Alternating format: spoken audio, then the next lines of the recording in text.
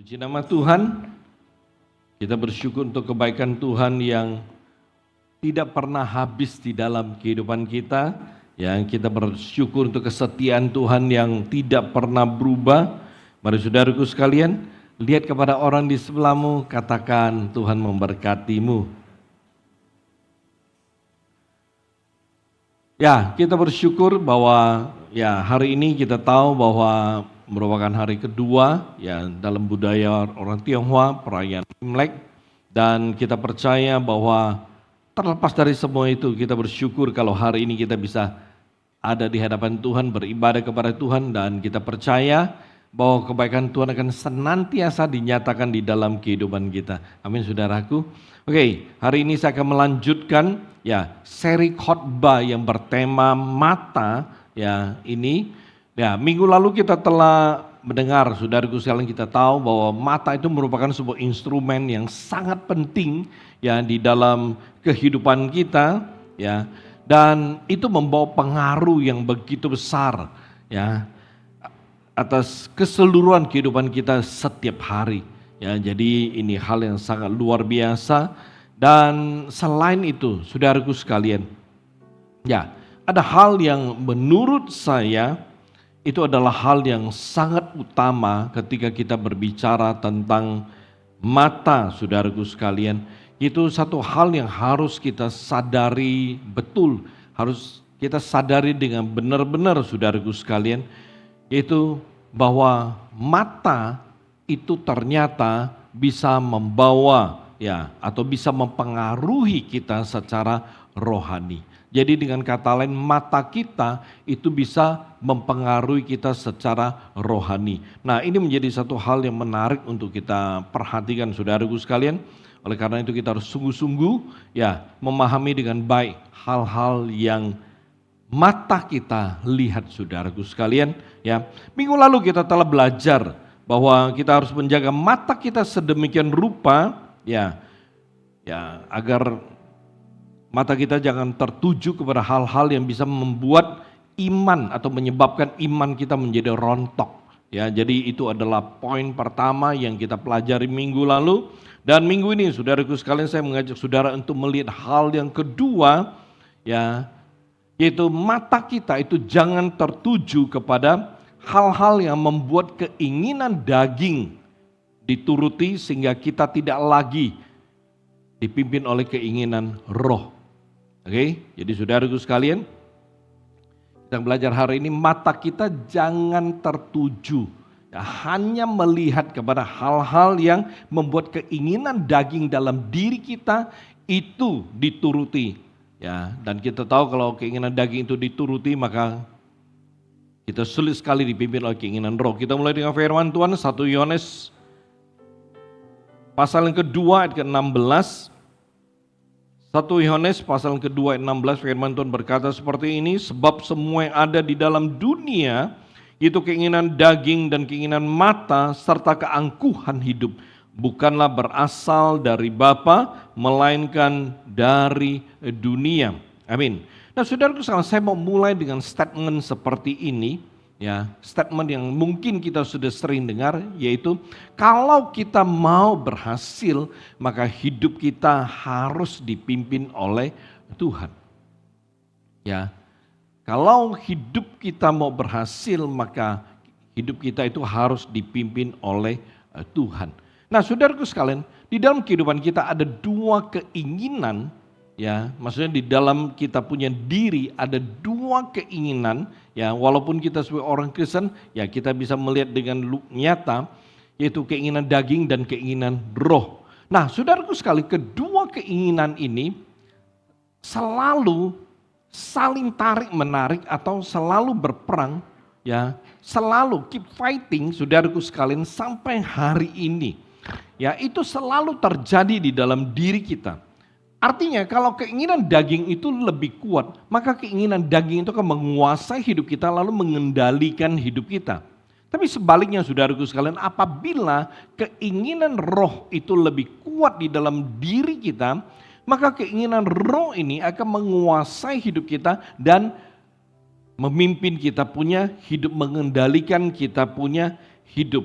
Dan saudaraku sekalian, ini adalah satu hal yang ada dan saya percaya ketika saudara mulai memperhatikan yang saudara akan menemukan ini kenyataan yang terjadi di dalam hidup saudara, kenyataan yang terjadi di dalam diri saudara. Nah, di dalam kehidupan kita, saudaraku sekalian, setiap hari, hal-hal yang kita lihat itu jelas terdiri dari hal yang sifatnya keinginan daging dan keinginan roh. Itu yang selalu kita lihat dan terlihat dan ada di dalam kehidupan kita dan kita nggak mungkin saudaraku sekalian menghindarinya. Dan saya mau katakan ini merupakan sebuah tantangan yang luar biasa bagi Anda dan saya saudaraku sekalian sebagai orang Kristen sebab nggak mungkin kalau kita menghindar kita nggak bisa menghindari hal-hal yang bersifat daging di dalam kehidupan kita. Saya nggak mau lihat hal yang bersifat daging, saya hanya mau lihat hal-hal yang bersifat roh. Nggak bisa. Kita nggak bisa saudaraku sekalian. Begitu kita lihat sudah terpapar ada di hadapan kita. Hal-hal yang mungkin sifatnya keinginan daging, juga kita bisa melihat hal-hal yang sifatnya keinginan roh. Nah, ini tantangan saudaraku sekalian. Suka tidak suka, kita siap tidak siap saudaraku sekalian. Begitu mata kita melihat sekitar kita, lingkungan kita, ini yang terlihat. Nah, menarik saudaraku sekalian ketika kita berbicara tentang keinginan roh dan keinginan daging, tapi di sini kita menemukan bahwa peran pilihan itu sangat penting. Peran pilihan itu sangat penting. Saudaraku sekalian, artinya kita harus bisa mengambil keputusan yang tepat dalam memilih apa yang mata kita harus lihat selalu. Kita harus membuat pilihan. Kita tidak bisa berkata bahwa semua saya boleh lihat. Kita tahu saudaraku sekalian, untuk bisa berhasil dalam hidup ini, seperti statement yang saya katakan, saya ulangi, saudaraku sekalian, maka hidup kita harus dipimpin oleh Tuhan selalu. Kita tidak bisa berkata bulan ini atau 3 bulan ini, hidup saya dipimpin oleh Tuhan. Atau kita berkata 6 bulan ini hidup saya dipimpin oleh Tuhan, 6 bulan kemudian gak apa-apa, aku pimpin sendiri. Aku pimpin dengan keinginanku, aku pimpin dengan hikmatku, aku pimpin dengan pengalamanku. Gak bisa saudaraku sekalian. Kalau saudara memang rindu untuk berhasil, saudara mau sepenuhnya bisa berhasil, maka kehidupan saudara harus dipimpin oleh Tuhan selalu. Saya melihat sebuah video, kalau gak salah di share di grup anak muda atau gereja. Saudaraku sekalian, satu orang dia berpenghasilan kalau nggak salah saya lupa 16 juta US dollar per tahun. Dan dia menceritakan banyak hal. Dan dia berkata, dia sukses umur 30 tahun, sekarang dia berumur 43 tahun. Artinya dia menikmati kesuksesan tersebut selama 13 tahun. Dan dia berkata, satu saja kuncinya. Satu saja kunci dia bisa berhasil dengan penghasilan 16,7 juta US dollar setahun, dalam setahun. Itu karena dia menjadikan Tuhan sebagai bagian dari hidupnya. Dia berkata bahwa saya menjadikan Tuhan sebagai bagian dari hidupku. Artinya Tuhan adalah bagian yang tak terpisahkan. Itu yang terjadi. Dan dia berkata itu yang membuat saya bisa berhasil, saya bisa sukses, saya bisa menjadi kaya. Saudaraku sekalian, ini menjadi satu hal yang menarik. Dan statement ini, ketika saya siapkan saya tiba-tiba ingat video tersebut. Itu adalah kenyataan yang sangat amat penting. Tanpa Tuhan, kita gak akan berhasil. Dalam arti kata, kalau kita mau berhasil dalam sebuah kehidupan dan sebuah keberhasilan yang terus terjadi dari satu generasi ke satu generasi, dari satu keturunan ke satu keturunan, maka hidup kita harus dipimpin oleh Tuhan. Saudaraku sekalian, jangan sampai kita berhasil ketika kita hidup, tapi turun ke generasi berikutnya, ke anak kita, maka usaha hancur, atau sampai ke generasi ketiga dari hidup kita. Apapun yang kita bangun itu kemudian menjadi hancur. Tapi saya percaya satu hal, ketika hidup kita selalu dipimpin oleh Tuhan, maka keberhasilan akan selalu kita lihat di dalam kehidupan kita. Amin. Nah saudaraku sekalian, Kenapa hidup kita itu harus dipimpin oleh keinginan roh? Jawabannya sederhana. Karena keinginan roh itu membuat kita bisa tunduk dan taat kepada Tuhan. Itu yang menjadi kunci. Kalau hidup kita dipimpin oleh keinginan daging, kita tahu bahwa itu akan membuat hidup kita selalu memberontak terhadap Tuhan. Tapi ketika hidup kita dipimpin oleh keinginan roh, maka hidup kita bisa taat, bisa tunduk kepada Tuhan.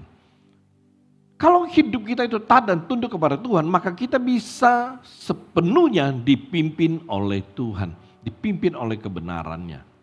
Ini menarik. Nah, saudaraku sekalian, untuk bisa dipimpin oleh keinginan roh, maka kita harus menjaga mata kita. Ya, menjaga mata kita itu tidak boleh selalu tertuju, menjaga mata kita tidak boleh selalu hanya melihat, hanya tertuju kepada yang pertama, hal yang indah, cantik dan memikat hati yang membuat keinginan daging itu kemudian dituruti. Kita buka firman Tuhan, saudaraku sekalian, 2 Samuel pasal yang ke-11 ayat yang kedua. Ya, kitab 2 Samuel 11 ayat kedua, firman Tuhan berkata seperti ini. Sekali peristiwa pada waktu petang, ketika Daud bangun dari tempat pembaringannya, lalu berjalan-jalan di atas soto istana, tampak kepadanya dari atas soto itu seorang perempuan sedang mandi. Perempuan itu sangat elok rupanya. Saudaraku sekalian, dalam bahasa versi Alkitab BIS atau bahasa Indonesia sehari-hari diterjemahkan wanita itu sangat cantik.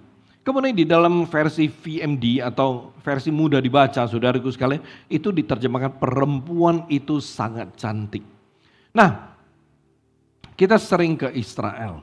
Ya, mungkin ada beberapa pelayan yang sering setiap tahun bisa ikut saya dulu. Dan ketika kita mengunjungi kota Daud, itu di Yerusalem.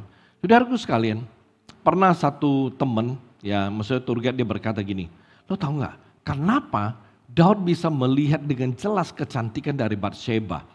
Lalu dia berkata, ini sotonya istananya ada di sini. Kita berdiri di sini. Lalu dia menunjuk ke sebelah kiri, dan begitu kita lihat, dia berkata Batsheba mandinya di sana katanya. Itu jaraknya nggak jauh sekali, saudaraku sekalian. Dengan kata lain, menurut saya itu jarak pandang paling jauh itu sekitar 20 meter. Saya berkata, sedekat begini? Iya. Sedekat begitu. Jadi berdiri di sana dan lihat ke bawah dan dia melihat betapa cantiknya Batsheba. Menarik saudaraku sekalian, Daud melihat Batsheba itu sangat cantik. Lalu apa yang terjadi? Dia melihat dan kecantikan dari Batsheba itu kemudian memikat hati Daud. Kalau kita membaca di dalam 2 Samuel pasal 11 sepenuhnya dan seterusnya, kita menemukan apa yang Daud lihat itu kemudian mulai mempengaruhi hatinya. Orang sering berkata dari mata turun ke hati. Jadi saudaraku sekalian, Daud lihat dan dia lihat kemudian dia tertarik. Lalu apa yang terjadi? Dia kemudian membawa Batsheba ke istana. Di sini kita melihat Daud menuruti keinginan dagingnya. Dia bawa Batsheba ke istana dan apa yang terjadi? Dia kemudian berzina dengan Batsheba. Bukan saja masalah berzina. Saudaraku sekalian, kita sering tahu bahwa ketika kita mulai berbuat dosa, maka dosa itu akan menghasilkan dosa lain dan terus terjadi. Saudaraku sekalian, ketika mereka berzina, setelah satu waktu Batsheba datang kepada Daud dan berkata, Daud, gua hamil nih. Daud bingung. Lalu Daud berpikir, kalau gitu pulangkan suaminya dari medan perang. Saudaraku sekalian, cerita itu mengatakan dia memulangkan Uria, suami Batsheba. Dan dia berkata, pulanglah ke rumahmu. Saudaraku sekalian, tujuan Daud jelas supaya Uria tidur sama istrinya. Jadi istrinya hamil, mungkin bisa, karena lu tidur sama istri lu, jadi istri lu hamil. Tapi saudaraku sekalian, Uria gak mau. Dia tidur di istana dan kemudian dia berkata kepada Daud, bagaimana mungkin aku bisa pulang ke rumah tidur dengan nyaman. Sedangkan saudara-saudaraku sedang berperang di medan perang. Setelah satu waktu, Daud tetap tidak berhasil membuat Uria pulang ke rumah. Perhatikan saudaraku sekalian, timbul satu niat jahat. Daud kemudian berkata, baik, dia kirim Uria pulang ke medan perang dan dia pesan kepada komandan di sana, tempatkan Uria di hadapan musuh yang paling kuat. Apa yang terjadi? Saudaraku sekalian, Uria kemudian ditempatkan di medan perang dengan musuh yang paling kuat. Hasilnya Uria mati di medan perang. Kemudian setelah Uria mati, Daud mengambil Batsheba sebagai istrinya. Dosa perzinahan menghasilkan dosa pembunuhan. Saudaraku sekalian, dosa selalu menghasilkan kutuk di dalam kehidupan kita. Dan yang terjadi, bayi yang dikandung Batsheba akhirnya mati karena Tuhan tidak berkenan. Nah saudaraku sekalian, perhatikan, oleh sebab itu ketika mata kita melihat sesuatu yang salah, sesuatu yang tidak benar, dan ketika itu menyebabkan keinginan daging itu dituruti, keinginan daging itu dituruti, maka akan menghasilkan kesalahan, menghasilkan dosa. Saudaraku sekalian, bukan hanya itu. Kita melihat di dalam Alkitab kita tahu, kita pernah dengar tentang Simpson. Saudaraku sekalian, gak usah diceritakan, kita semua tahu tentang siapakah itu Simpson dan betapa luar biasa dia punya kekuatan. Tapi saudaraku sekalian, satu kelemahan Simpson yang membuat dia berulang kali jatuh ke dalam dosa adalah dia selalu melihat dan suka melihat perempuan cantik lalu mengingininya, saudaraku. Sejarah mengatakan dia mengawini, menikahi perempuan Filistin di Timna, dia kemudian menghampiri perempuan Sundal, lalu dia jatuh cinta kepada perempuan Filistin yang lain, itu Delila. Saudaraku sekalian, perhatikan. Ketika dia menuruti keinginan dagingnya, itu yang membuat rencana Tuhan untuk bangsa Israel menjadi cacat. Bukan rencana Tuhan yang cacat, tapi manusia yang membuat itu menjadi cacat. Saudaraku sekalian, Daud itu luar biasa. Dia jatuh. Simpson, pilihan Tuhan, luar biasa. Toh hanya jatuh. Saudaraku sekalian, dia kehilangan kekuatannya. Hanya karena dia membiarkan keinginan daging itu menguasai hidupnya. Ketika keinginan daging itu menguasai kehidupan kita, saudaraku sekalian, maka hidup kita gak bisa dipimpin oleh keinginan roh. Dan ketika keinginan roh itu, yaitu keinginan daripada Tuhan, keinginan daripada Roh Kudus itu tidak memimpin hidup kita, kita gak ngerti apa maksud Tuhan dalam kehidupan kita, apa rencana Tuhan dalam kehidupan kita. Apa yang telah Tuhan sediakan bagi kita. Kita sulit sekali untuk mengetahui, kita sulit sekali untuk tahu.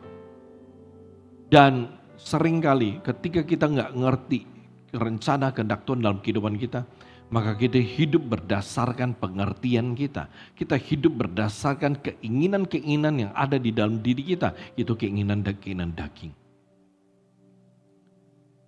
Saudaraku sekalian, kita melihat Simpson, dia menuruti keinginan dagingnya, dia jatuh dalam dosa, dan akhirnya dia mati dalam penderitaan.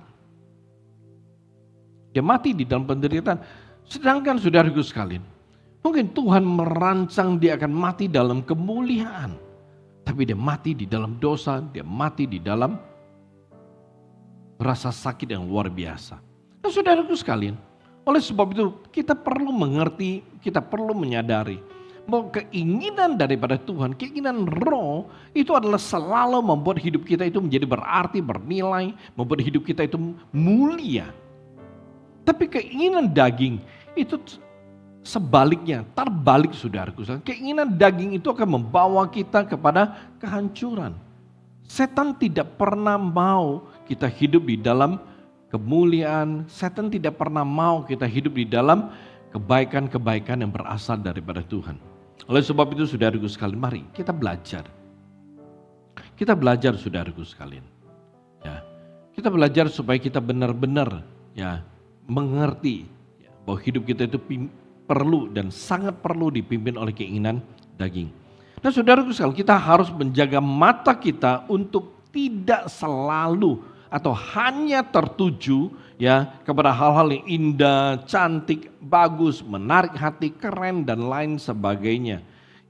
Sebab kalau mata kita tertuju, maksudnya hanya tertuju, selalu tertuju kepada hal seperti ini, maka itu akan menyebabkan kita kemudian akan menuruti keinginan daging kita.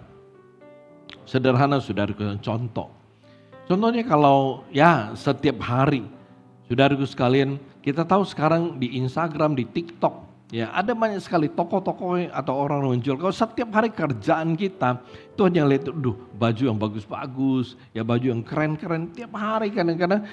Mungkin di satu hari kita menghabiskan berjam-jam hanya untuk melihat hal seperti ini. Saudaraku sekalian, setiap hari kita lihat apa yang terjadi. Apa yang kita lihat itu kemudian akan mempengaruhi keinginan kita. Kalau setiap hari kita hanya melihat baju, celana hal seperti ini, kelihatan bagus, luar biasa, menarik. Saudaraku sekalian, apa yang terjadi? Apa yang kita lihat itu bisa membuat keinginan daging kita itu dituruti. Maksudnya bukan tidak boleh kita membeli baju, bukan. Tapi saudaraku sekalian, kadang-kadang kita perlu membedakan kebutuhan dan keinginan. Seringkali kadang-kadang kita membeli bukan karena kebutuhan. Kalau kita berbicara mengenai smart buy, maka kita perlu membeli berdasarkan kebutuhan, bukan membeli berdasarkan keinginan. Nah kadang-kadang ada banyak orang nggak bisa membedakan hal seperti ini. Banyak orang membeli mungkin karena keinginan, bukan sepenuhnya karena kebutuhan. Nah saudaraku sekalian, kenapa bisa demikian? Kita membeli karena keinginan itu disebabkan karena apa yang kita lihat setiap hari. Saudaraku sekalian, apa yang kita lihat itu akan mempengaruhi keinginan kita. Oleh sebab itu mari kita berhati-hati. Atau contoh saudaraku sekalian, setiap hari kita selalu melihat tas-tas yang cantik, yang keren. Nah kalau kita setiap hari melihat hal seperti ini, maka otomatis itu akan membuat kita pengen memiliki.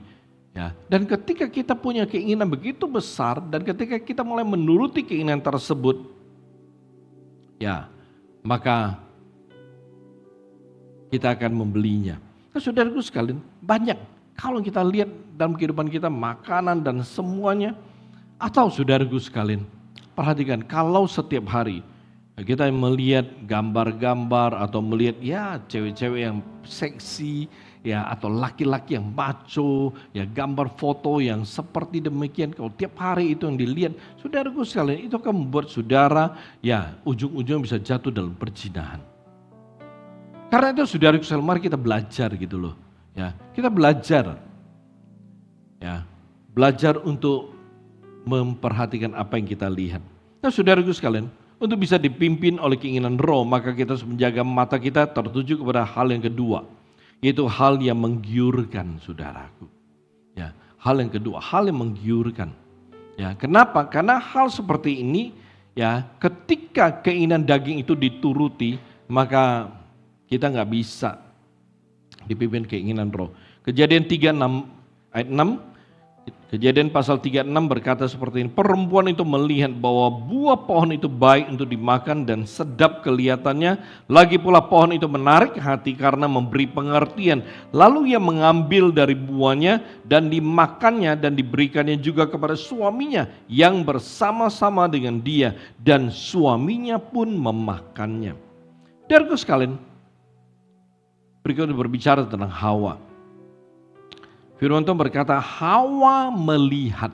Saudaraku sekalian, artinya matanya itu tertuju kepada buah pohon pengetahuan tentang yang baik dan jahat. Saudaraku sekalian, Tuhan berpesan pada mereka, semua pohon dalam taman ini boleh dimakan. Hanya buah dari pohon pengetahuan baik dan jahat itu nggak boleh disentuh. Saudaraku sekalian, perhatikan. Kenapa Hawa itu kemudian bisa mengambil buah tersebut untuk dimakan? Kenapa Hawa itu melanggar perintah Tuhan? Kenapa Hawa itu bisa menuruti keinginan dagingnya? Sederhana. Saudaraku sekalian, itu pohon ada di tengah-tengah Taman Eden, dan Adam dan Hawa itu tinggalnya ya di Taman Eden. Setiap hari, saudaraku sekalian, ya mereka melihat. Saudaraku sekalian, karena setiap hari Hawa ya dia menatap itu buah, dia melihat itu buah, dan saudaraku sekalian, karena keseringan membuat dia penasaran. Setiap hari dia melihat, dan kemudian saudaraku sekalian, suatu hari dia mendekati itu pohon. Saya tidak akan mengulang ceritanya karena kita sudah tahu. Ya, karena ketika dia mendekati itu pohon untuk melihat buah itu di sana, ya. Kemudian dia berkomunikasi dengan setan dalam bentuk ular, dan ujung-ujungnya saudaraku sekalian, karena setiap hari dia lihat, timbul keinginan yang begitu besar. Dan ketika dia menuruti keinginan dagingnya, ya, maka Hawa jatuh ke dalam dosa. Mungkin dia penasaran, saudaraku sekalian, gimana rasanya ya. Alkitab berkata apa? Ya, dia melihat buah itu baik untuk dimakan dan sedap kelihatannya. Lagi pula pohon itu menarik hati. Ya, menarik hati. Nah, saudaraku sekalian, oleh sebab itu perhatikan, ketika dia mengambil buahnya, di sini Hawa menuruti keinginan dagingnya, dan itu membuat dia jatuh dalam dosa. Ketika dia jatuh dalam dosa, ketika manusia jatuh di dalam dosa, saudaraku sekalian, ketika hidup manusia itu dipimpin keinginan roh, maka dia tidak bisa dipimpin oleh Tuhan. Dan ketika manusia punya hidup tidak bisa dipimpin oleh Tuhan, maka dia keluar dari rancangan Tuhan, ya, dan itu yang terjadi. Hawa keluar dari rancangan Tuhan, Adam keluar dari rancangan Tuhan. Ya, hidup mereka nggak bisa dipimpin Tuhan, dan mereka hidup bersama dengan penderitaan, dan itu terjadi sampai hari ini. Nah, saudaraku sekalian, oleh sebab itu kita perlu menjaga mata kita dengan baik. Contoh, mungkin ya salah satu hal yang paling menarik sekarang adalah media sosial. Karena saudaraku sekalian, kita mesti belajar untuk menjaga dengan baik mata kita dari media sosial. Kenapa? Kalau kita mau jujur, kita menemukan sebagian isi daripada media sosial itu adalah memamerkan gaya hidup hedonis, saudaraku. Kalau kita mau jujur, ya, gaya hidup hedonis. Gaya hidup hedonis itu adalah sebuah gaya hidup yang berfokus untuk mencari kesenangan dan kepuasan tanpa batas. Coba kalau kita lihat apa yang ada di media sosial. Oh, orang pamer nongkrong di kafe selalu. Orang pamer makan di restoran mahal seminggu berkali-kali. Orang pamer jalan-jalan terus. Ya, orang pamer, ya mungkin setiap tahun ganti mobil, ganti ini, ganti itu. Semoga tidak ganti istri aja. Terus saudaraku sekalian, perhatikan, itu yang terjadi. Itu isi media sosial. Ya, isinya ya seperti itu. Kalau kita selalu ya melihat, maka saudaraku sekalian, kalau mata kita selalu tertuju kepada media sosial, nggak ada kerjaan satu hari menghabiskan berjam-jam ya untuk ya kita pakai bahasa surfing ya di media sosial. Saudaraku sekalian, apa yang terjadi? Itu akan membuat banyak orang itu tergoda untuk kemudian memiliki kehidupan sedemikian. Ya, perhatikan. Ketika seseorang tergoda, maka dia akan mulai menuruti keinginan dagingnya. Ya. Ketika satu orang tergoda, maka dia akan berusaha dengan berbagai cara ya untuk punya uang agar bisa hidup dengan gaya hidup hedonis. Saudaraku sekalian, kita menemukan juga ada banyak sekali tawaran-tawaran. Ya, contohnya ya, investasi ini dan lain sebagainya. Ya, ada banyak tawaran yang membuat orang cepat kaya dan lain sebagainya. Dan banyak orang kemudian langsung mengambil tanpa ragu, menanamkan uangnya dengan harapan ya bisa menjadi lebih kaya dan lebih kaya. Tapi kenyataan memberitahukan saudaraku sekalian, banyak orang kemudian kehilangan uangnya, bahkan jatuh susah dan menderita. Amsal pasal 28 ayat 22. Ini saya ambil dari versi bahasa Indonesia sehari-hari, ya ini dari versi BIS. Orang yang loba ingin cepat kaya, ia tak sadar bahwa kemiskinan segera menimpa dirinya. Kita perlu berhati-hati.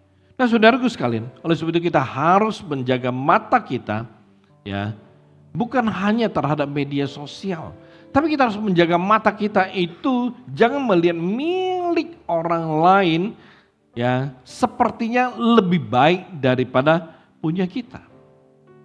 Karena itu akan membuat kita tergiur dan mengingininya. Ya, kita perlu berhati-hati. Jangan ya kita tanpa sadar melihat bahwa apa yang dimiliki orang lain itu lebih baik daripada kita punya. Kenapa? Karena itu akan timbul rasa ingin, mengingini milik orang lain. Kalau kita selalu ingin maksudnya mengingini milik orang lain, saudaraku sekalian, apa yang terjadi? Itu tanpa kita sadar bisa membuat kita dipimpin oleh keinginan daging. Dan itu akan membawa kita jatuh ke dalam dosa. Artinya saudaraku yang sederhana. Kita bisa melihat, loh kok istri orang lain lebih cantik daripada istri saya ya. Saudaraku sekalian, kalau kita selalu melihat seperti ini, ya ketika saudara kalau punya keinginan untuk memilikinya, mengingininya, ya mungkin saudara berkata, gue iseng dah, gue deketin, gue rayu, siapa tahu dia demen sama saya. Atau saudaraku sekalian, saudara melihat, oh ternyata staf teman saudara atau staf orang yang saudara kenal, loh luar biasa ya staf itu kerjanya ya. Waduh, nanti kalau dia kerja dengan saya itu bagus sekali. Nanti saya coba bajak deh stafnya, saya kasih gaji lebih tinggi. Saudaraku sekalian, atau banyak contoh yang lain. Perhatikan, ketika kita mengingini milik orang lain, kita perlu berhati-hati. Saudaraku sekalian, Keluaran 20 ayat 17 berkata seperti ini. Jangan mengingini rumah sesamamu, jangan mengingini istrinya, atau hambanya laki-laki, atau hambanya perempuan, atau lembunya, atau keledainya, atau apapun yang dipunyai sesamamu. Jadi saudaraku sekalian, oleh sebab itu mari kita belajar untuk menjaga mata kita sedemikian rupa. Agar apa yang dilihat oleh mata kita itu tidak membuat keinginan daging yang ada di dalam diri kita kemudian kita turuti. Karena ketika kita membiarkan keinginan daging dalam diri kita dituruti, hidup kita akan dipimpin oleh keinginan daging. Dan kalau hidup kita dipimpin oleh keinginan daging, maka hidup kita sulit sekali dipimpin oleh keinginan roh.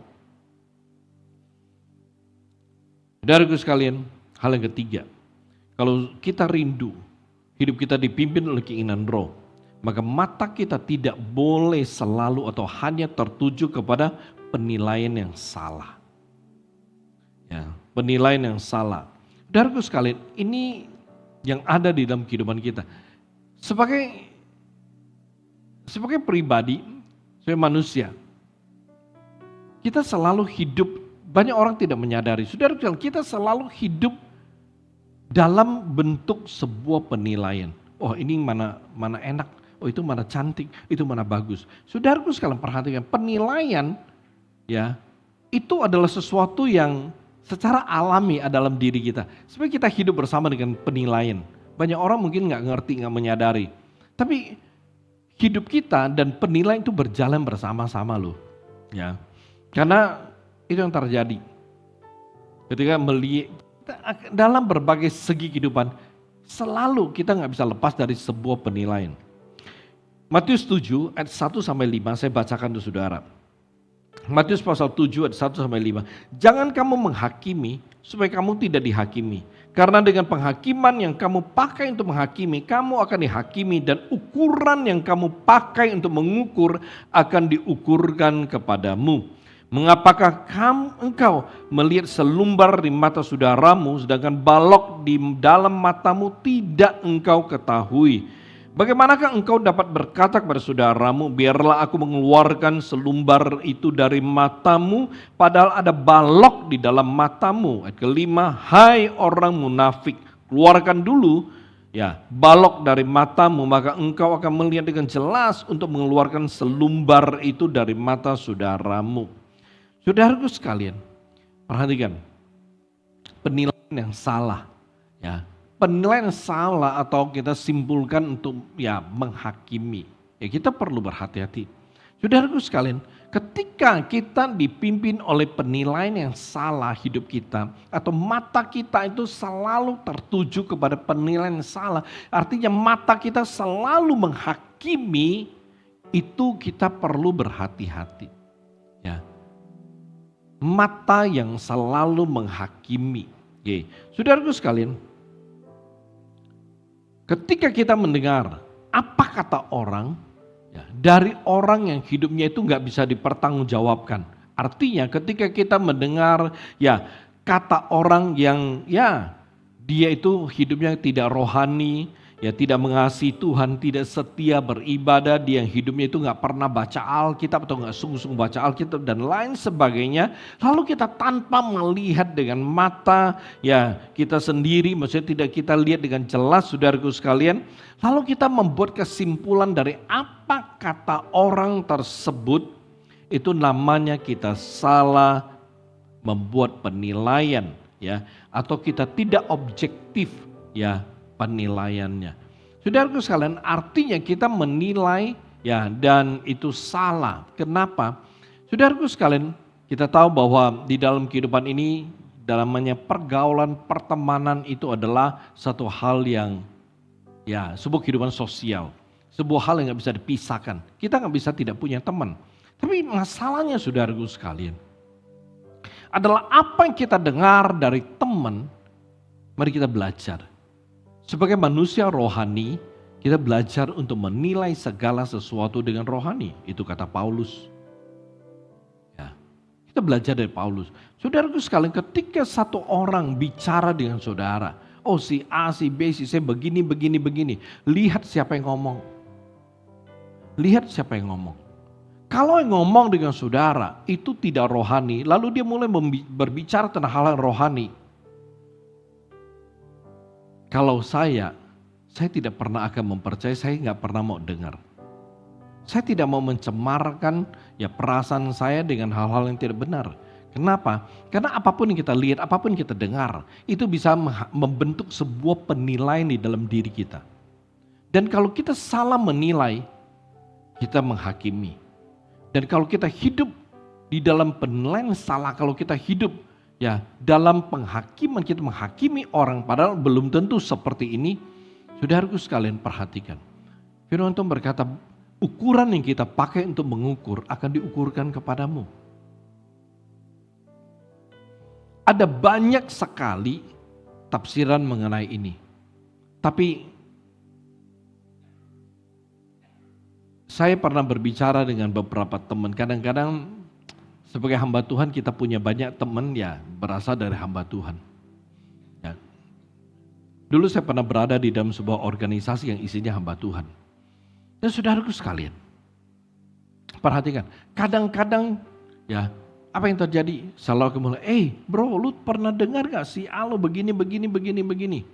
Saudaraku sekalian, kita selalu terbiasa dengan hal seperti ini. Saya selalu berkata gini, sorry deh, kita gak mau bahas ini deh. Saya akan selalu motong begitu. Kenapa? Karena saya selalu ingat ayat ini, ukuran yang kamu pakai untuk mengukur akan diukurkan kepadamu. Saudaraku sekalian, saya berkata kepada teman tersebut, saya berkata, lebih baik kita gak usah membicarakan teman si A, si B, si C. Saudaraku sekalian, saya bilang kenapa? Kita secara tidak langsung kita menghakimi teman sesama profesi. Kita menghakimi hamba Tuhan. Dan kita gak tahu sesungguhnya seperti apa. Dan ukuran yang kita pakai untuk mengukur akan diukurkan kepada kita loh. Saya berkata, kita membicarakan menggosip seorang hamba Tuhan seperti ini, ukuran hamba Tuhan akan diukurkan kepadamu. Nah, hidup lu kalau tidak seperti dia, repot. Gak tahan ukuran minus, ujung-ujungnya minus melulu. Kenapa? Kita manusia, saya bilang, oh kita ya orang biasa, kita hamba Tuhan. Tapi dia hamba Tuhan besar loh. Pelayanannya luar biasa. Kalau lu bilang begini. Kalau Tuhan pakai ukuran, dia mengukur, dia diukurkan kepada kita gak tahan. Jadi saudaraku sekalian, satu hal, ya mari, kalau kita hanya melihat hidup seseorang seperti ini, gaya seseorang seperti ini, ya, kelakuan seseorang seperti ini, ya kita lihat, memang kadang-kadang namanya apa yang kita lihat kita nggak tahu untuk komentar, tapi mari kita belajar, ya untuk ya tidak tertuju kepada hal-hal seperti ini. Kenapa? Karena apa yang kita lihat bisa menghasilkan penilaian salah. Saudaraku sekalian, penilaian salah seperti saya katakan akan membuat kita menghakimi. Dan perhatikan, ketika kita menghakimi, realisasinya adalah tindakan menuruti keinginan daging. Melalui reaksi seperti menjauhi, memusuhi, menolak, meragukan, membenci, dan lain sebagainya. Perhatikan, saya ulangi statementnya. Penilaian yang salah akan membuat kita menghakimi. Dan saudaraku sekalian, ketika kita menghakimi, realisasinya ya adalah tindakan menuruti keinginan daging dengan reaksi. Menjauhi, membenci, memusuhi, menolak, meragukan, dan lain sebagainya. Jadi kalau kita hidup dalam penilaian yang salah, maka itu akan membawa hidup kita ke dalam dosa menghakimi, dan ini akan memperkuat akar perbudakan dosa atas hidup kita. Kita sudah punya dosa asal loh saudaraku. Tapi ketika kita terus hidup di dalam dosa, maka itu akan terus memperkuat akar perbudakan dosa atas hidup kita. Kita pengen lepas dari perbudakan dosa. Memang sebagai orang Kristen kita tahu ketika kita percaya, kita bertobat, dosa kita diampuni. Tapi saudaraku sekalian, berapa banyak orang Kristen yang tanpa sadar kemudian mengikatkan dirinya kembali kepada dosa. Kalau itu terjadi, kita mau lepas. Kita mau cabut itu akar dosa pelan-pelan. Tapi saudaraku sekalian, tanpa kita sadar kadang-kadang perbuatan kita, kadang-kadang mata kita itu membuat akar perbudakan dosa atas hidup kita semakin hari semakin kuat. Semakin hari semakin dalam, semakin hari semakin besar. Nah kalau gitu, kapan kita bisa lepas dari dosa? Ada orang berkata, gak mungkin kita bisa lepas dari dosa. Saya berkata, siapa bilang kita gak mungkin lepas dari dosa? Kalau kita berkata kita gak mungkin lepas dari sebuah perbuatan dosa, saudaraku sekalian, Anda menyia-nyiakan pengorbanan Kristus di atas kayu salib yang memutuskan belenggu dosa dalam kehidupan kita. Saudaraku sekalian, mari kita belajar. Mari kita jaga mata kita dengan baik. Agar mata kita itu tidak tertuju selalu atau hanya tertuju kepada hal yang indah, cantik, ataupun yang memikat hati. Atau mata kita selalu tertuju kepada hal-hal yang menggiurkan. Dan mata kita selalu tertuju kepada penilaian yang salah. Kenapa? Karena semuanya itu akan membuat kita menuruti keinginan daging. Yang mana akan membuat hidup kita itu tidak bisa dipimpin oleh keinginan roh. Karena jelas, kalau hidup kita dipimpin keinginan daging, gak bakal dipimpin keinginan roh. Dan kalau hidup kita itu tidak dipimpin oleh keinginan roh, saudaraku sekalian, maka hidup kita akan sulit untuk berhasil. Amin. Mari kita tundukkan kepala, saudaraku.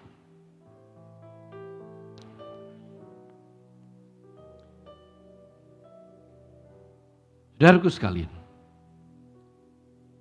minggu lalu saya mengajak saudara untuk membuat apa yang saya sebut dengan eyes covenant atau perjanjian mata. Artinya saudaraku sekalian, saudara berjanji pada diri saudara. Berjanji dengan diri saudara, apa yang mata saudara boleh lihat, Apa yang tidak boleh mata saudara lihat?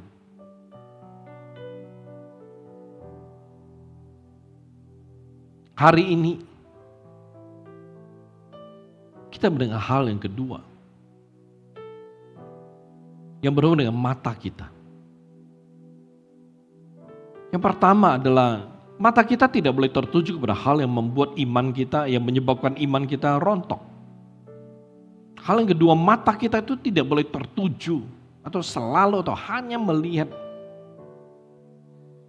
pada hal-hal yang membuat keinginan daging itu dituruti sehingga kita tidak bisa dipimpin oleh keinginan roh. Dan untuk itu saudaraku sekalian, saya rindu, coba saudara renungkan. Apa yang saya sebut dengan eyes covenant, perjanjian mata. Ini menjadi satu hal yang sangat penting untuk saudara renungkan. Saudara berjanji dengan diri saudara di hadapan Tuhan. Saudara bisa berjanji, hari ini Tuhan, saya berjanji dengan diri saudara, mulai sekarang saya tidak mau melihat hal-hal yang gak benar. Mulai hari ini saya gak akan melihat film-film porno, foto-foto porno. Saudara pernah berjanji apa yang tidak perlu, apa yang tidak boleh dilihat oleh mata saudara.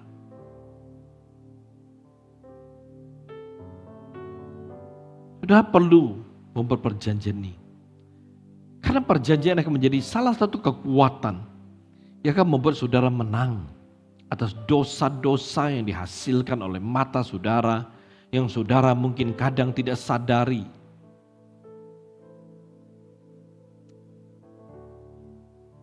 Renungkan. Saya berikan waktu pada saudara. Kalau saudara yang belum, saudara boleh coba buat perjanjian mata saudara di hadapan Tuhan. Ini bukan perjanjian dengan Tuhan saja, tapi saudara berjanji dengan diri saudara. Ketika saudara mengingat akan perjanjian ini menghasilkan kekuatan. Oleh sebab itu mengapa komitmen itu penting. Ketika kita bertekad, ketika kita komit di hadapan Tuhan. Dan ketika kita mengingat komitmen kita, maka itu akan menghasilkan kekuatan bagi kita. Kalau saudara membuat perjanjian mata, eyes covenant. Dan ketika saudara selalu mengingat akan perjanjian, apa yang saudara boleh lihat? Apa yang tidak boleh saudara lihat? Ketika saudara mengingatnya, itu akan membuat saudara berjaga-jaga, itu akan memberi saudara kekuatan. Ini saya nggak boleh baca. Oh, ini saya nggak boleh lihat. Oh, ini saya nggak boleh nonton. Dan itu akan membuat saudara menjadi seorang pemenang.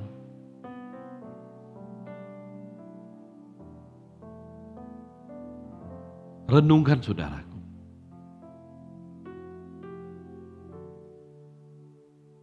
Bapak-bapak berdoa saat ini. Menyerahkan setiap anak-anakmu. Mereka yang membuat perjanjian mata, perjanjian dengan diri mereka sendiri. Tuhan, hamba berdoa Engkau sendiri yang memberkati, memberi mereka kekuatan. Agar mereka boleh sungguh-sungguh menjadi seorang pemenang dalam kehidupan mereka. Dan mata, instrumen yang begitu luar biasa, begitu bagus, begitu baik yang Tuhan ciptakan, Tuhan taruh dalam diri hidup setiap kami. Itu bukan malah menjadi sarana, menjadi jalan di mana kami jatuh dalam dosa. Bukan menjadi salah satu sarana hidup kami itu tidak bisa dipimpin oleh Engkau. Tuhan, hamba berdoa Engkau memberkati firman-Mu, memberkati setiap anak-anak-Mu yang mendengar. Bila Tuhan mereka boleh sungguh-sungguh belajar untuk bisa hidup dipimpin oleh Engkau. Karena ketika hidup kami dipimpin oleh Engkau, maka hidup kami pasti berhasil. Tuhan, Bapa berdoa menyerahkan firman-Mu, Engkau memberkati firman-Mu, Engkau menyempurnakan firman-Mu dalam diri hidup setiap anak-anak-Mu yang menerimanya, mempercayainya. Terima kasih Bapa, terpujilah nama-Mu, mulia bagi nama-Mu. Dalam nama Yesus Tuhan kami berdoa dan kami bersyukur untuk firman-Mu. Haleluya. Amin. Amin.